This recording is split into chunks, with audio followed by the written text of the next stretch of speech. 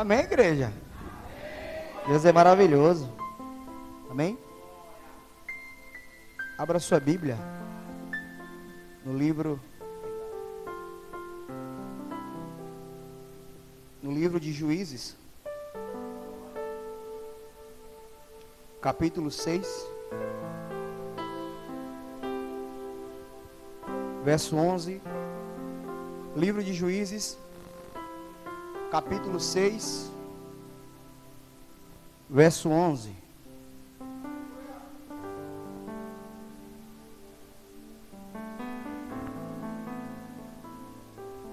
Aleluia. Livro de Juízes,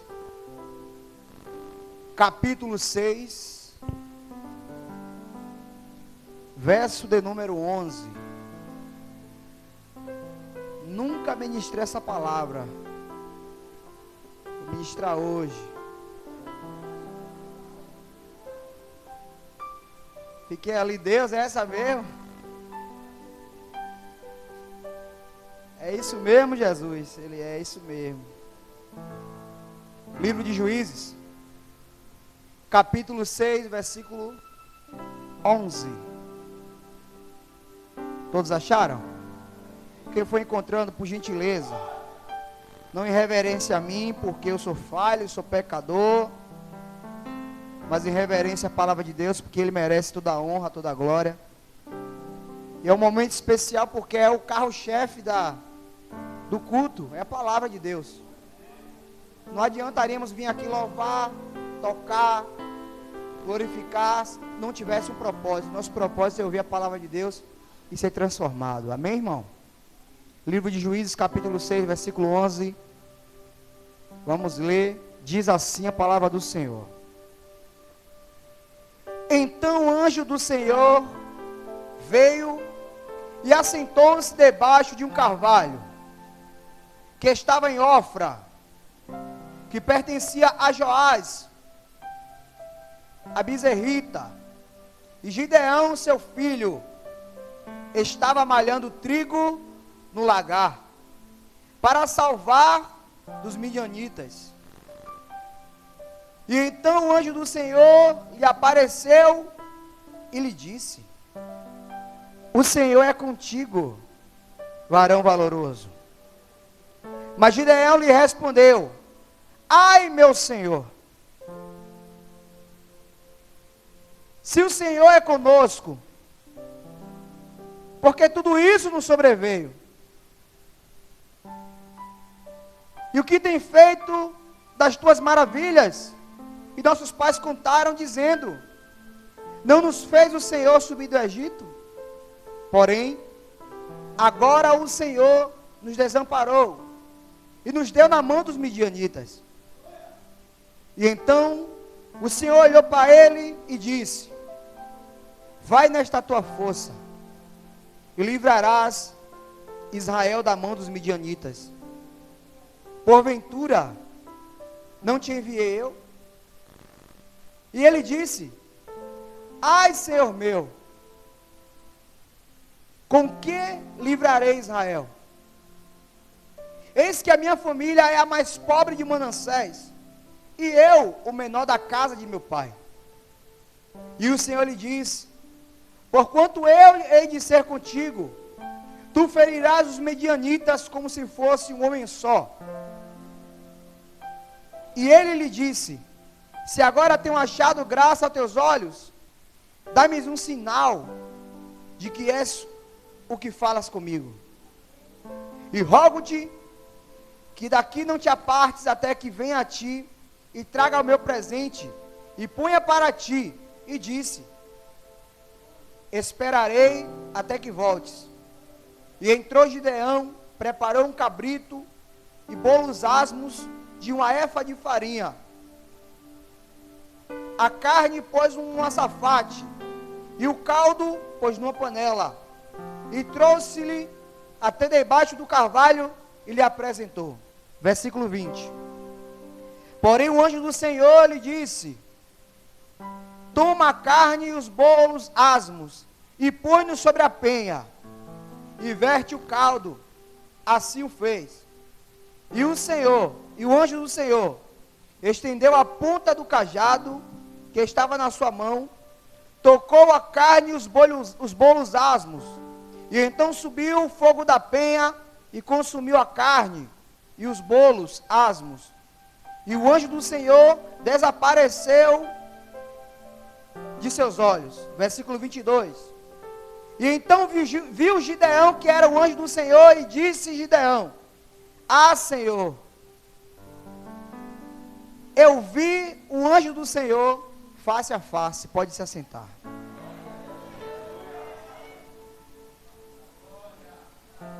Igreja, eu gosto de ministrar sobre esse tipo de situação que o Senhor fala muito ao meu coração. E na última pregação que eu ministrei, eu falei sobre Josué, sobre a dúvida que Josué tinha a respeito do seu chamado. A Bíblia vai dizer que naquela época Israel estava passando por um período turbulento, um período a qual estava sendo assolado pelos midianitas. A Bíblia diz que quando Israel plantava, os midianitas saqueavam. Quando Israel cultivava, pastor, gado, os midianitas iam e matavam aquele gado. Tudo que Israel cultivava, meu diácono Fábio, os midianitas destruíam. E chegou a tal ponto, igreja, que o povo de Israel passou a se esconder em cavernas, se esconder em covas, para que os midianitas não viessem destruir aquilo que eles tinham e os entregassem à miséria. Se eu e você parar para observar na palavra de Deus, a maioria dos inimigos de Israel lutavam com Israel com o próprio braço. Desciam para a batalha, desafiavam Israel, desafiavam o próprio Deus. E Deus, com a sua mão forte, arrancava da mão do inimigo o povo de Deus. Só que aqui, quando você vai observar essa palavra, assim como na minha vida e na sua vida, tudo que acontece comigo e com você tem um porquê. Tudo que acontece com a minha vida e com a sua vida tem um motivo, tem uma razão. A Bíblia vai dizer, irmão, que Israel fez o que era mal perante o Senhor. A Bíblia diz que Israel passou a levantar altares a ídolos estranhos, passou a venerar Baal, passou a cultuar ídolos, deuses pagãos, e por causa desse pecado, por causa dessa falha, a Bíblia diz que Israel era constantemente humilhado, era constantemente saqueado pelos midianitas. E a Bíblia diz que um belo dia, Gideão estava escondido em um lagar, malhando trigo, de uma forma que os midianitas não viessem encontrar e não viessem mais uma vez dar cabo daquele trigo. E era um lugar, irmão, secreto, era um lugar oculto, aonde o inimigo não sabia onde Gideão estava. Tudo aquilo que Israel cultivava, que a família de Gideão cultivava, ele pegava e levava para o lagar, aonde o inimigo não encontraria. Ele pegava e levava para um lugar secreto, um lugar que só ele e a família dele sabia. Mas a Bíblia diz que quando Gideão está malhando trigo, escondido, a Bíblia diz que o anjo do Senhor vai de encontro a Gideão e encontra Gideão malhando trigo. Meu Deus. Irmão, eu fiquei me perguntando hoje a tarde toda se essa era a palavra que Deus queria que eu ministrasse. Coloquei meu joelho no chão, fui orar. Procurei outras palavras, busquei outras do Senhor e só vinha essa, irmão. Que tudo na nossa vida tem uma consequência. Nada do que nós viemos viver é em vão. Tem aquela frase que fala que tudo que a gente planta, a gente colhe. Não é isso? Só que aqui nessa palavra você pode ver, irmão, que não era isso que Deus queria. Não era essa a vida que Deus queria para Israel. Não é que quando eles plantavam, meu diácono Fábio, não crescia. Não é que quando eles cuidavam do gado, o gado não aumentava, não crescia. Crescia, irmão.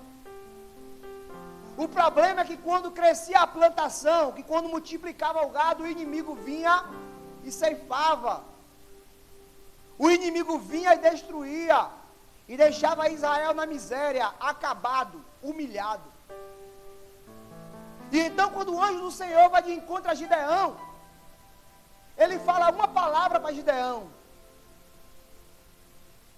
vai nessa tua força. Imagina quantas coisas, meu irmão, que passou na mente de Gideão naquele momento. Quando ele estava malhando trigo no lagar, escondendo aquilo que era seu, que era da sua família, para que o inimigo não viesse roubar, não viesse saquear.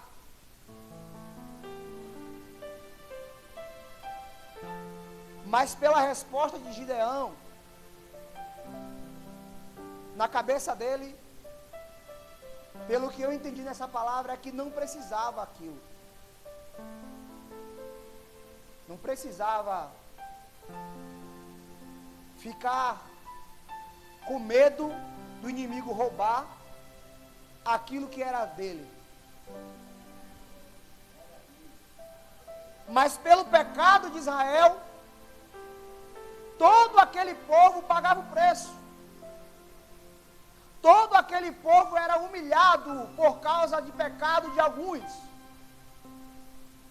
Todo aquele povo sofria, se escondia em covas e em cavernas, em lagares, em lugares ocultos. E quando Deus encontra Gideão naquele momento, Deus sabia que Gideão estava fazendo algo para que o inimigo não viesse tragar aquilo que era dele. E Deus diz: Gideão, vai nessa tua força, homem valoroso.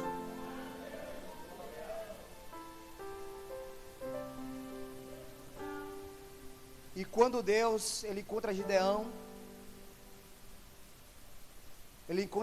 num momento tão complicado, tão difícil. E a primeira palavra de Deus, meu diácono Nilton, é fortalecendo, encorajando Gideão. E diz: vai nessa tua força, homem valoroso. Continua firme. Continua protegendo aquilo que é seu. Continua, mesmo escondido, mesmo no oculto, continua aguardando aquilo que o inimigo não pode roubar. E a presença de Deus, ela não é diferente. Não é que o inimigo vai roubar a presença de Deus. O que eu quero que você entenda é que, da mesma forma que Israel não necessitava se esconder em cavernas, da mesma forma que Israel não precisava se esconder em covas, da mesma forma eu e você, irmão. Porque a própria presença de Deus, ela nos esconde. A própria mão do Senhor, ela nos guarda, ela nos protege. E a única coisa que impede da mão de Deus me guardar, guardar a sua vida, guardar a sua família, é quando eu e você desobedece à vontade de Deus. Porque quando Israel desobedeceu, deu margem para os midianitas começarem a roubar a provisão, irmão. Quando Israel começou a colocar ídolos estranhos dentro do arraial, começou a adorar deuses pagãos, começou a fazer coisas que desagradavam a Deus, foi aí que Deus permitiu que o inimigo entrasse e saqueasse aquilo que era de Israel. E na minha vida e na sua vida não é diferente, igreja. Hoje é um culto de cura e libertação, quando eu e você entende que a presença de Deus, ela é a nossa maior legalidade. Quando eu e você entende, irmão, que para que a minha casa, para que a sua casa, para que eu e você possa estar guardado, blindado, revestido, isso anda em comunhão com obediência. Isso anda em comunhão com aceitar a boa, perfeita vontade de Deus.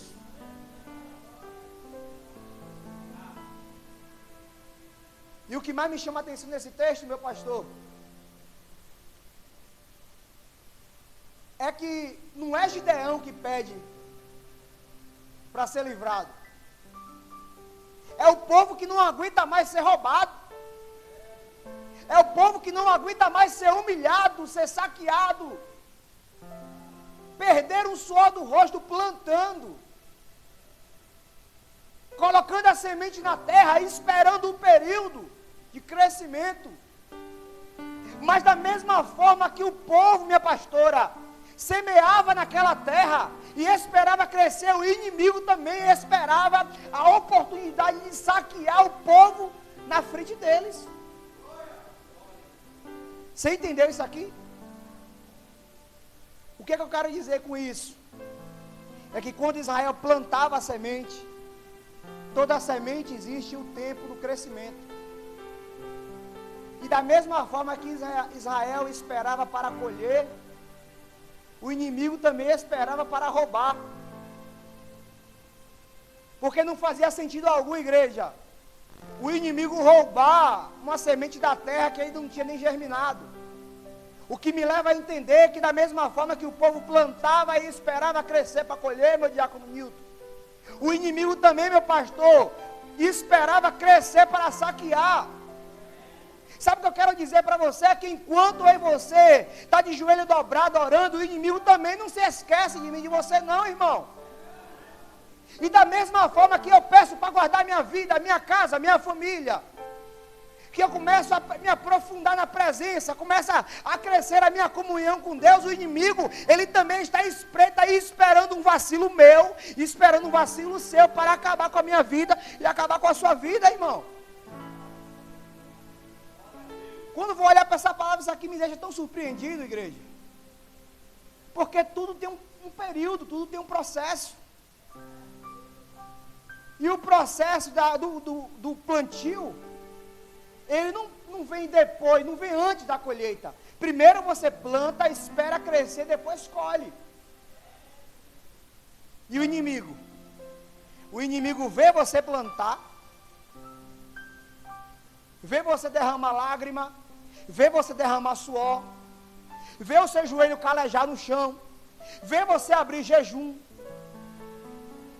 Quando a bênção está vindo para minha mão e para a sua mão, ou seja, quando o crescimento da colheita, da lavoura está vindo, está crescendo, numa situação normal, aquele povo desce e colhe. O problema é que antes do povo descer, meu irmão, e colher, o inimigo ia lá e saqueava tudo antes. Mas não era porque estava plantando errado. Era porque estava desobedecendo a Deus. E a consequência da desobediência era o roubo da colheita. Trazendo para a minha vida espiritual e para a sua vida espiritual. Não adianta plantar, plantar, plantar. E no momento, a gente perder a colheita para o inimigo. E uma coisa me veio à memória, quando Deus vai visitar Adão no Jardim do Éden. Todas as vezes que Deus foi no jardim visitar, Deus chamou pelo nome de Adão. Todas as vezes que Deus foi encontrar com Adão, Ele chamou pelo nome de Adão. E todas as vezes que Adão estava vendo Deus se apresentar, ele respondia. Até num dia que Deus se apresentou para ele e ele não apareceu. Ele estava escondido. Por quê, irmão? Por causa do pecado que ele tinha cometido. Aí você se pergunta, será que Deus não sabia o que Adão tinha feito? Sabia, igreja? Mas ainda assim, era melhor Adão ter se apresentado, ter se corrigido, pedido perdão. Isso é eu conjecturando, irmão. Porque em uma situação normal é isso que deveria acontecer. Da mesma forma era Israel. Israel sabia que estava errado. Sabia que estava na falha, sabia que estava na desobediência. O inimigo entrava lá, roubava, destruía, matava o gado, acabava com tudo. E mesmo assim eles não tomavam jeito. Até num dia que o povo clamou a Deus. Deus ouviu e escolheu no meio daquele povo um homem valoroso, por nome de Gideão, irmão. Então é aí que Deus se apresenta para Gideão e diz: Gideão, você livrará o meu povo das mãos do midianita. Amém? Gideão, por um momento, se sente incapaz e fala: se eu vou livrar esse povo, por que o Senhor nos entregou a essa situação? Por que Israel está passando isso, Senhor? Por que desse sofrimento? Você pode perceber que Deus não responde o motivo. Só que Gideão sabia o motivo. Quando Deus encoraja Gideão, existe uma situação que aconteceu aqui que me chamou a atenção. Depois que Gideão faz a prova com Deus, ele faz primeiro essa do sacrifício. Depois ele faz mais 2 vezes para ter certeza de que Deus seria com ele. Do orvalho molhar a lã. E quando ele faz essa prova, que Deus confirma que está com ele, a primeira coisa que Gideão faz não é ir para a batalha, não é ir ao encontro do inimigo. Ele vai para a casa do seu pai e destrói, meu Deus, os altares de ídolos estranhos. A primeira missão de Gideão não foi ir lá e combater o inimigo. A primeira missão de Gideão foi derrubar o altar de ídolo estranho que estava dentro da sua própria casa. Sabe o que isso quer dizer, irmão? É que tem coisas que o inimigo planta no meio dos lares para minar a presença de Deus. O inimigo começa a colocar armadilhas, montar estratégias para destruir, não de fora para dentro, mas de dentro para fora. As pessoas começam a perder a estrutura espiritual, começam a sentir um lar carregado, pesado e não sabem por que é. Mas muitas das vezes, as pessoas até sabem, mas poucas têm a atitude de fazer que nem Gideão fez. Sabe o que aconteceu com essa palavra, irmão? Gideão, ele temeu pela sua vida. E quando ele ia começar a destruir os altares de dia, ele ficou com medo da sua vida e disse: eu não vou fazer de dia, vou fazer de noite, porque aí ninguém vai ver. Ele vai, destrói os altares do seu próprio pai, e no outro dia, ele achando que ninguém ia saber que foi ele que quebrou o altar do ídolo estranho, tem sempre alguém vendo, irmão. Alguém chegou para o pai dele e disse: foi Gideão. A Bíblia diz que todo o povo se junta e quer dar cabo da vida de Gideão. Só que aí o próprio pai de Gideão disse: se Baal é Deus, ele mesmo que se defenda. Então, a partir daquele momento, o pai de Gideão entende que o que Gideão fez não era errado. Eu e você também precisa entender, irmão, que quando se trata de fazer uma limpeza espiritual na minha vida, na sua vida, não é que é errado, é necessário, igreja. Para que Deus viesse cumprir o propósito aqui na vida de Gideão, para que Deus viesse usar Gideão, não adiantaria ir para a batalha, sendo que dentro da própria casa estava tudo errado. Não adiantaria descer para a guerra, ir com os 300 e mesmo assim sair derrotado, irmão. Primeiro Gideão foi e consertou o que estava errado dentro do seu próprio lar. Agora imagina se o inimigo se batesse com Gideão e dissesse: dentro da sua casa tem um altar de ídolo estranho. Você veio todo pomposo aqui para poder guerrear comigo, mas dentro da sua casa está todo errado. É a primeira coisa que Satanás vai fazer, é acusar a mim e acusar você. Se eu e você...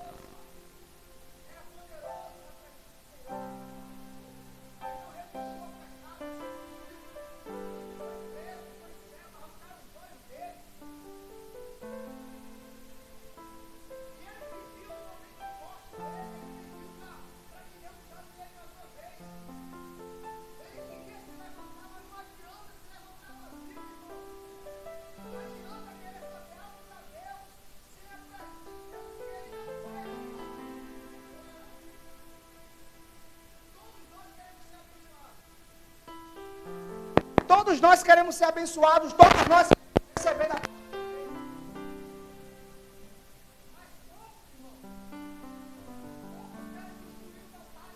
de ídolos estranhos dentro das suas próprias casas. É uma novela, é um jornal, é um pecado escondido. Tem muitas coisas que dão legalidade a Satanás. Tem muitas coisas que precisam ser arrancadas do meio da minha vida, da sua vida, para que Deus venha achar 100% de legalidade de trabalhar na minha vida e na sua vida. Gideão entendeu esse processo. Quando Gideão entrou na sua própria casa e destruiu aquele altar, a partir daquele momento Deus começou a dar estratégias a Gideão. Começou a surpreender, a usar Gideão de uma forma tão tremenda, que eu ainda não vi em nenhuma história dizer que um homem venceu uma guerra com 300 guerreiros. A única palavra, a única história contada é essa da Bíblia. De que um homem, por obediência e por entender que Deus usaria ele de estratégia, venceu uma batalha com 300 homens. E todos nós queremos vencer batalhas. Todos nós queremos ser transformados, queremos ser impactados, mas precisamos compreender aquilo que Gideão quis passar para a igreja, de que o primeiro processo de reforma é dentro do nosso lar, é dentro da nossa casa, é dentro de nós, irmão, é no nosso joelho, é no jejum, é na oração, é na busca constante. Só assim, irmão, só dessa forma que Deus irá contigo e comigo na guerra, quando nós entendermos que precisamos tirar coisas pequenas, mas são coisas pequenas que atrapalham a presença de Deus se manifestar. E aqui, Gideão, ele cumpriu o chamado de Deus. Ele, depois de ter feito a prova, ele foi e obedeceu a Deus. E antes de ir para a guerra, ele primeiro consertou aquilo que estava errado. E nessa noite o Espírito Santo de Deus, ele nos mostra, ele nos diz que tem coisas em nossas vidas que precisamos arrancar. Tem coisas que ainda dá legalidade ao inimigo, que de alguma forma precisamos tirar do meio das nossas vidas. Porque enquanto Israel não entendeu que não poderia adorar ídolos estranhos, enquanto Israel não entendeu que não poderia permitir que Baal fosse adorado dentro do seu próprio povo, o inimigo ia lá e roubava tudo, acabava com tudo, humilhava. E não é diferente da minha vida e da sua vida. Deus, ele tem algo grande em nossas vidas. Deus, ele tem promessa na minha casa, tem promessa na sua casa, tem promessa no meio da sua família. E a pergunta que eu faço para você nessa noite: existe alguma coisa ainda que ainda dá legalidade ao inimigo? Isso é uma pergunta para você analisar. Porque o inimigo, irmão, todos os dias ele vai querer roubar a sua paz. Todos os dias ele vai querer roubar a sua fé. Todos os dias o inimigo vai querer roubar a prosperidade do seu lar. Vai querer minar a sua força espiritual. E você não pode se esquecer. Guarde essa palavra no seu coração, que tudo que acontece na minha vida, na sua vida, tem uma razão. Seja ela boa, ou seja ela ruim. E Gideão estava escondido. Mesmo escondido, guardando aquilo que era seu, o Senhor o encontrou e o transformou em um libertador. E eu creio que pessoas aqui nessa noite também serão levantadas como libertadores dos seus próprios lares. Eu creio que pessoas nessa noite sairão daqui com o intuito, com a mente transformada e com a coragem de, da mesma forma que Gideão foi, e entendeu que para ele parar de se esconder no lagar, ele precisava obedecer primeiro a Deus. E você, irmão, foi levantado como coluna da sua casa. Não negligencie aquilo que Deus te entregou. Não permita que Satanás saqueie aquilo que é seu. É preciso que você se levante. É preciso que você se erga com força, com ânimo, com vigor, em oração, em clamor, em súplica. É preciso que você saia daqui com a mente transformada, entendendo que a sua responsabilidade, que a sua casa, a sua família, ela precisa de você firme, constante, mas fiel à presença de Deus. Amém, irmão? Cadê o Gideão? Cadê você? Você coloca de pé.